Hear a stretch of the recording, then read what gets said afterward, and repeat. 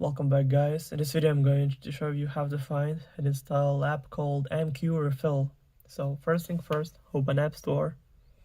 Just click on that blue icon right here on your home screen. Then make sure that you log in on your Apple ID account. Then click on the search button right here. And in the search bar, type in MQRefill and go search right here.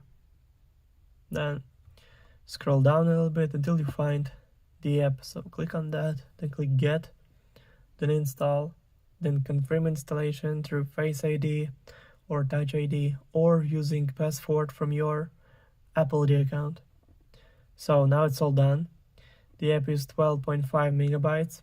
Also, all links will be in the description of this video. Hope you guys enjoy. Thank you for watching. Please like and subscribe for more. Bye.